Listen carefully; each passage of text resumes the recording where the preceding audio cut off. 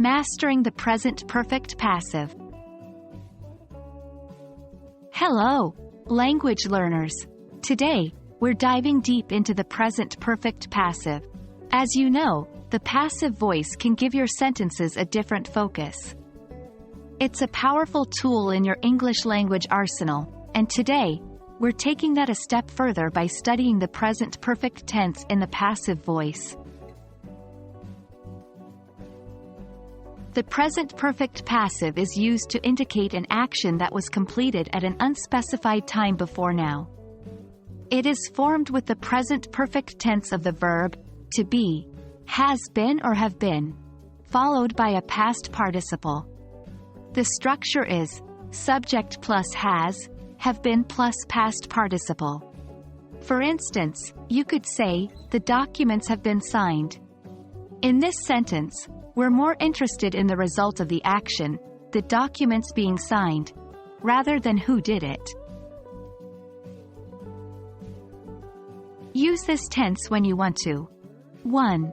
Highlight the result of an action, not the doer. For example, the meal has been served. The focus here is on the result, the meal being served. 2. Express an action that happened at an unspecified time before now. For instance, the book has been read many times. We don't know when exactly it was read, but it has happened before now.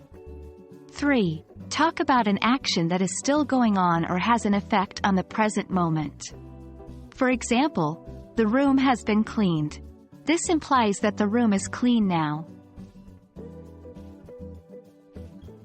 Creating negative sentences in the present perfect passive is simple. Just add not, after, has, have been. For example, the cake has not been eaten. For questions, change the order. Has the cake been eaten? Now let's practice with some exercises.